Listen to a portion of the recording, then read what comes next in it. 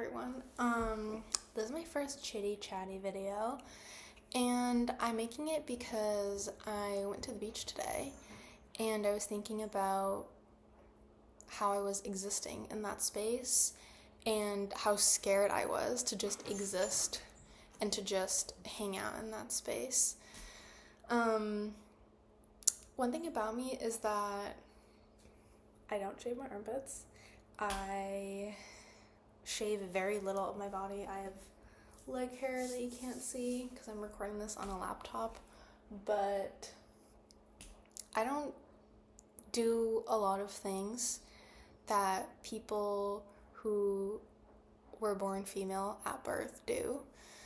I stopped shaving my armpits back in my first year of college, so it's been about 4 years now, and I honestly haven't looked back since. I was a swimmer for most of my adolescence, and I genuinely just didn't give it a second thought. When I was 12, I had a swim meet coming up, and I was reaching up for something, or I had been, doing this or that, or waving, or just being in the earth as a human, and my mother was like, we need to get you something. So thus began the trial of getting rid of my body hair. We actually forgot to do it before a meet of mine, and we were pulling into the pool parking lot, and I had grabbed my bag from the backseat to hop out because we were running a bit late. Also, excuse the noise, my dog is whining because she just got surgery and she's a little woozy, but I had just been told basically that no, you can't go out into public like this, this is shameful. And we drove to Nair, and drove to CVS, and we naired my armpits, and it smelled awful.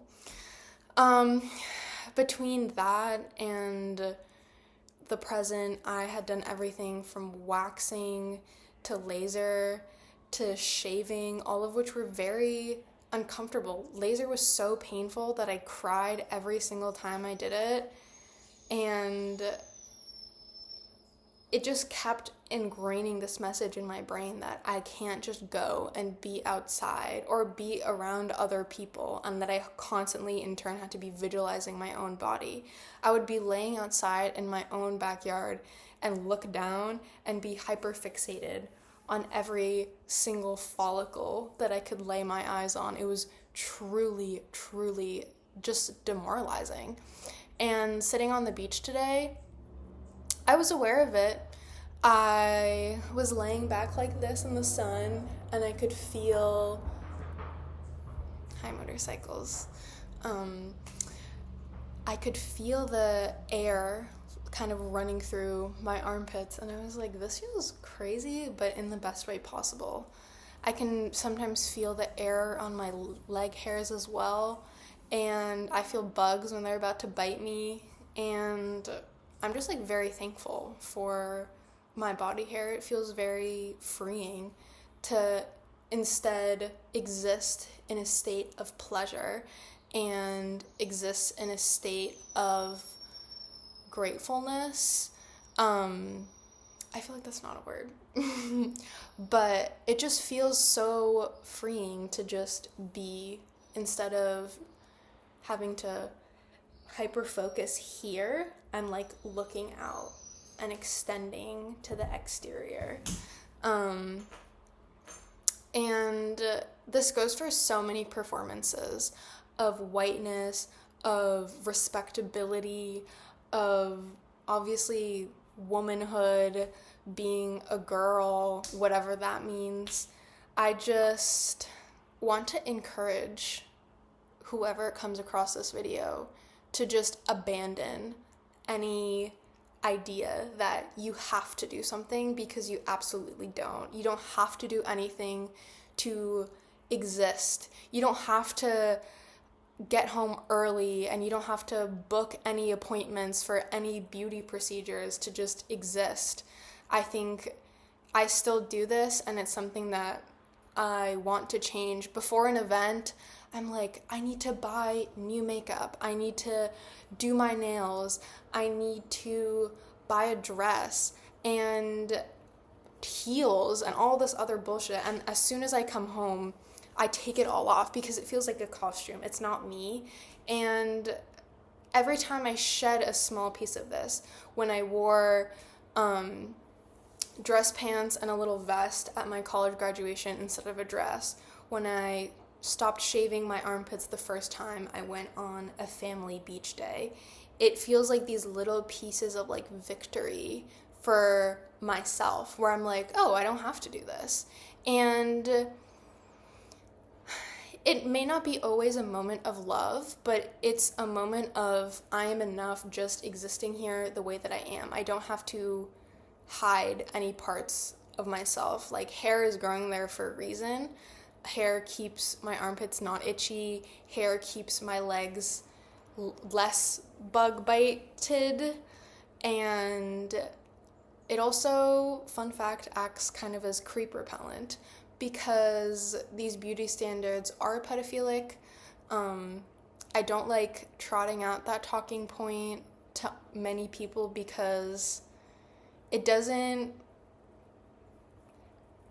encourage people to question things as much, because they don't want to acknowledge. It's harder to acknowledge that like annoying voice in our head is working off of pedophilic beauty standards. And ironically, the disgust kind of does a double cross, where now you're thinking about pedophilia and you're a pedophile and oh my god. And I remember seeing things like that on the internet at a young age, and I don't think that it's necessarily helpful. I think it's a very awesome and cool, like, academic conversation, but you can't really shame someone out of shaming themselves. You can't tell someone you shouldn't do that, when in reality it's like they don't feel like they have a choice. Like, women don't want to enforce beauty standards upon each other. Like, no one human, in fact, wants to do that. It's very much this capitalist project that we are subconsciously just engaging with each other.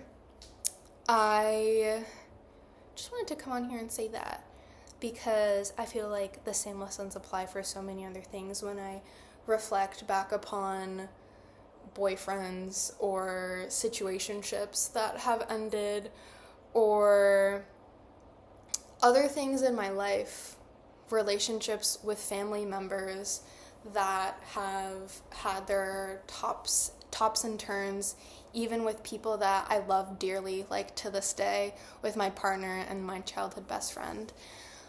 Those conflicts, inner or interpersonal, are something that I'm so grateful for, because they push me to grow. They are something that reminds me that I don't know everything, and that the world is, and more so that the future has so many things that we can't even fathom. And as someone that is very pessimistic by nature, and just by seeing this world and experiencing this world and all of the evils that it has, it's very hopeful that, okay, like, maybe not everything has to end in ways that we know. Like, things that are tough are always going to come up, but they might lead to very exciting things. Yeah, so my lesson is, don't shave your armpits.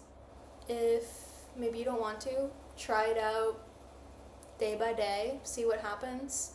If you want to dye it a color, maybe that'll help. If you just need a bit more time to get there, if you just want to extend love and care to these parts of your body that you are so used to hypervisualizing, just do that. Yeah, so that's it for today. This was Sophia, and I am signing off.